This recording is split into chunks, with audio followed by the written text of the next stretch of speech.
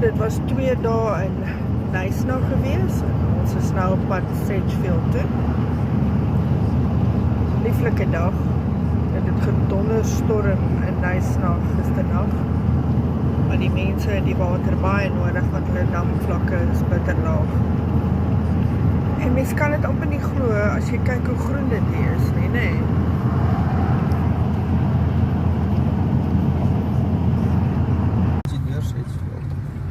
Welcome to Sedgefield.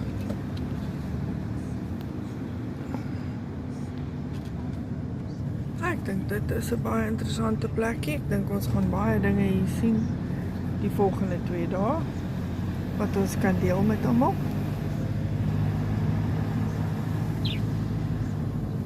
Dit lyk nog soos 'n ou Hermanus waar dit nog alles oop is. Nou ja, hier kom ons nou op pad na ons verblyfplek. En ek dink ons het die regte besluit geneem. Jo.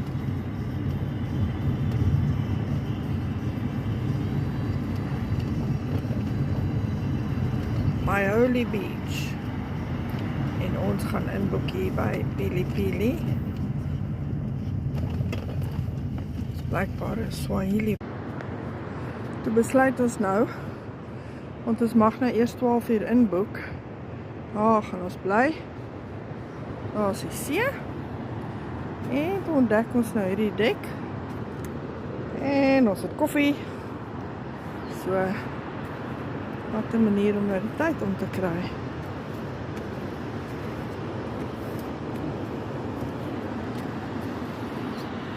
Awesome. Oh.